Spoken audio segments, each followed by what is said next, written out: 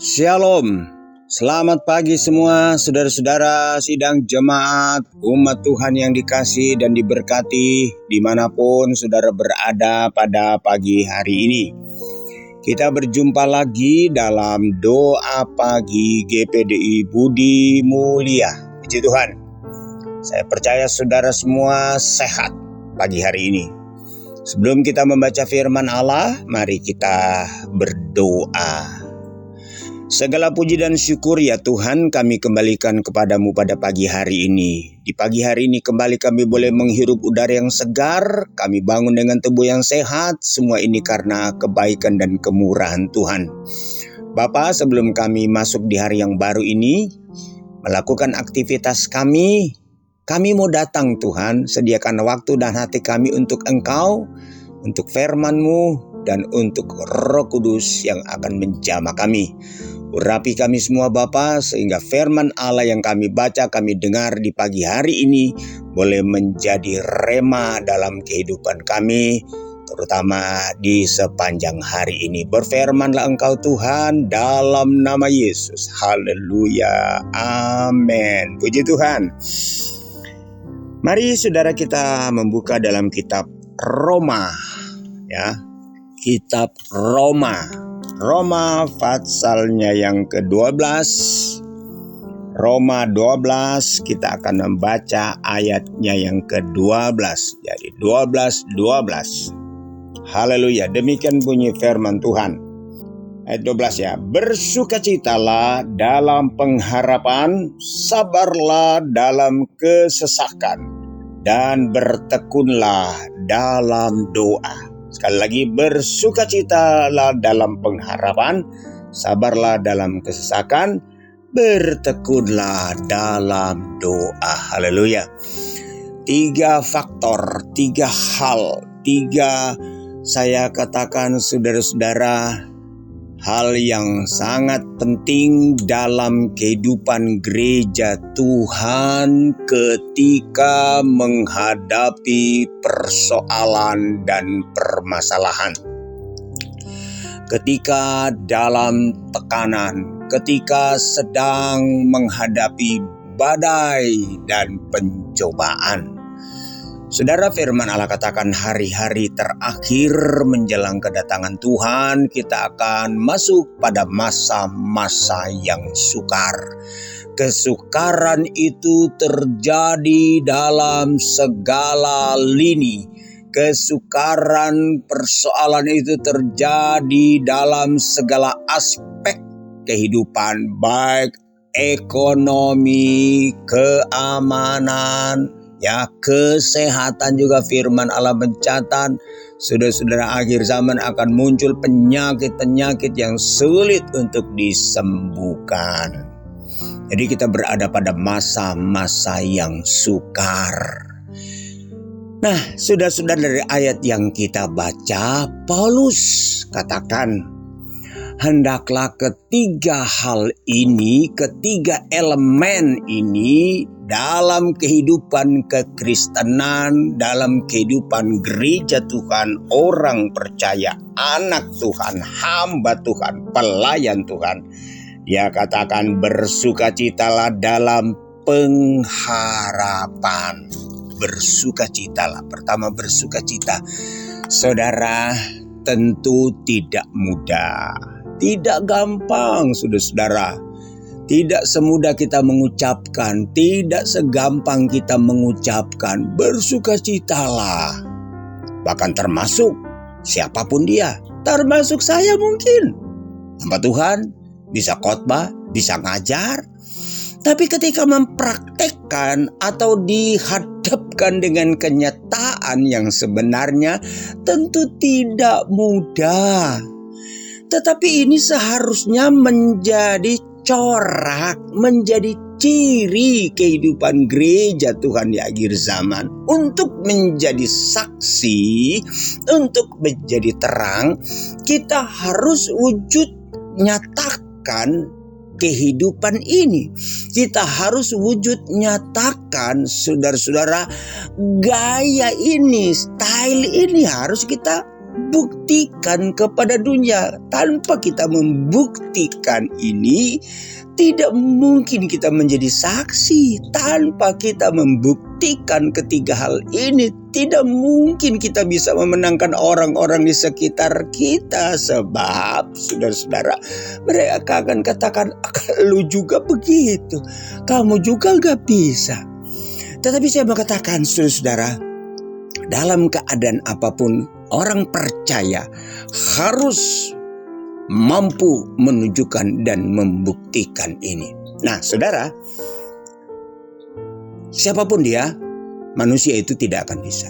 Tetapi ketika dia memiliki dasar yang kuat, memiliki fondasi yang kuat, sebab ketika orang melakukan sesuatu itu harus punya dasar, ya, punya landasan.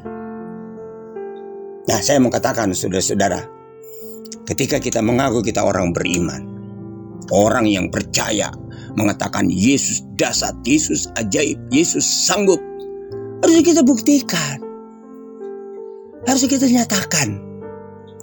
Dan ini harus menjadi ciri, ini harus menjadi corak, ini harus menjadi warna gereja akhir zaman. Dia akan tetap bersuka cita. Kenapa? Kenapa kita bersuka cita walaupun kita dalam penderitaan? Karena kita punya pengharapan. Bersukacitalah dalam pengharapan. Itu pengharapan kita bukan kepada dunia, pengharapan kita bukan kepada materi, pengharapan kita bukan kepada kekuatan-kekuatan yang ada dalam dunia dan di sekitar kita. Pengharapan kita tentu ada kepada Tuhan.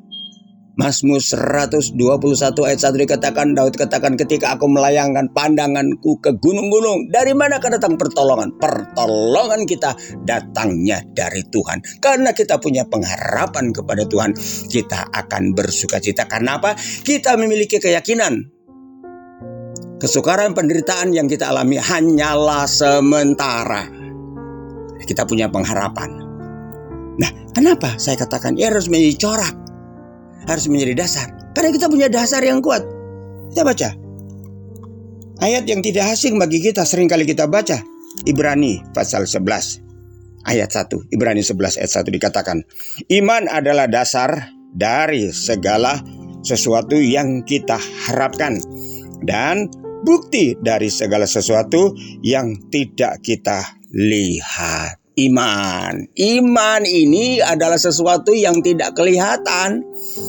Kelihatannya iman itu lewat apa? Tingkah laku kita, tutur kata kita, sikap kita, perbuatan kita. Iman itu seperti fondasi, tidak kelihatan di dalam tanah. Kokoh tidaknya bangunan itu tergantung kepada fondasi. Ya, kuat tidaknya bangunan itu tergantung pada fondasi. Ketika kita memiliki fondasi yang kuat, iman kita yang kuat kepada Yesus, Yesus adalah andalan pengharapan kita satu-satunya, maka kita akan bersukacita karena kita punya pengharapan. Orang bersukacita tidak memiliki pengharapan itu adalah sukacita yang semu, duniawi, sementara, sifatnya tidak kekal. Tapi sukacitanya orang yang punya pengharapan kepada Tuhan itu murni adanya, tidak dibuat-buat, tidak dibikin-bikin. Yang kedua, sabarlah dalam kesesakan. Sabar dalam kesesakan. Oh, haleluya.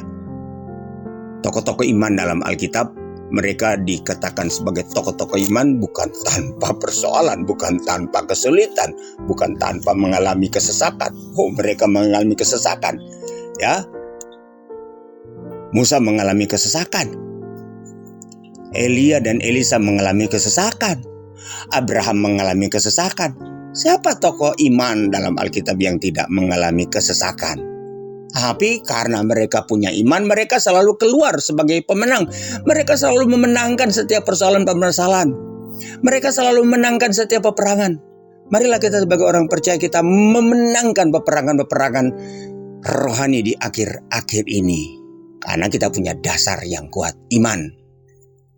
Dalam Ibrani 11 tadi, dasar dari segala sesuatu yang belum pernah kita lihat, yang belum pernah kita dengar, yang kita harapkan. Mari saudara-saudara, perkuatkanlah iman. Sebab itu kalau saudara mau kuat iman, saudara-saudara, kita kuat iman ketika kita datang kepada Tuhan. Kita kuat iman ketika kita datang dengan mendengarkan firman Allah, membaca firman Allah. Ketika kita bersekutu dengan Tuhan, ketika Roh Kudus menolong kita, situ kita akan menjadi kuat. Iman kita diperkuat, iman kita diperkuat. Kita semakin kuat iman, saudara-saudara, badai boleh datang, pencobaan boleh datang, tantangan boleh datang, kita akan tetap bersukacita. Haleluya. Kita akan tetap berdoa. Yang malah katakan ya, kita akan tetap sabar. Ciri orang beriman, dia bersukacita walaupun dalam penderitaan. Dia sabar walaupun dia ditekan, dihina dan lain-lain. Dia tetap sabar. Dan dia tetap tekun dalam berdoa karena dia punya pengharapan, dia punya iman. Haleluya. Saudara jangan menyerah. Jadilah pemenang. Karena Yesus sudah menang. Dia sudah menanggung segala sesuatu. Kita harus menang. Ketika kita mengandalkan Tuhan, mengandalkan iman kita kepada Tuhan, tidak goyah, tidak bergeser, maka kita akan memenangkan setiap peperangan. Kita akan memenangkan, saudara-saudara, setiap persoalan dan permasalahan yang kita hadapi. Haleluya. Tuhan Yesus menolong kita semua di pagi hari ini. Saya mau berdoa buat saudara dimanapun saudara berada pada pagi hari ini. Yang sakit, yang ada permasalahan, saudara boleh angkat tangan. Kita berdoa. Bapa di surga, terima kasih buat firman-Mu pada pagi hari ini. Roh Kudus menolong kami, setiap umat-Mu, anak-Mu yang mendengarkan firman-Mu ini. Tuhan bekerja dalam hidupnya, dalam hatinya. Mereka yang sedang bergumul dengan sakit penyakit, hamba berdoa Bapa dalam nama Yesus, sembuh dalam nama Yesus, sembuh dalam nama Yesus. Mereka yang sedang bergumul dengan keuangan, pekerjaan, ekonomi, dalam nama Yesus Tuhan buka jalan. Dalam nama Yesus Tuhan buka jalan. Mereka yang tertutup jalan, dalam nama Yesus Tuhan buka jalan. Mereka yang sedang mengalami persoalan, bermacam-macam persoalan, permasalahan dalam hidup mereka, hamba berdoa Bapa di pagi hari ini juga Tuhan tolong dalam nama Yesus. Tuhan beri kemenangan, Tuhan beri kelepasan, Tuhan berikan jalan keluar dalam nama Yesus. Terima kasih Tuhan. Glory, terima kasih. Terpuji-pujilah nama-Mu. Bapa, hamba percaya Engkau tidak pernah berubah. Engkau tetap sama. Dulu, kemarin, hari ini, bahkan sampai selama-lamanya. Terima kasih Tuhan. Inilah doa dan syukur kami di pagi hari ini. Kami percaya setiap kami sudah mengalami pertolongan Tuhan, mujizat Tuhan. Yang sakit sembuh, yang tertutup jalan, Tuhan buka jalan. Yang menghadapi persoalan permasalahan, Tuhan sudah selesaikan. Terpuji-pujilah nama-Mu dalam nama Yesus. Haleluya. Amin.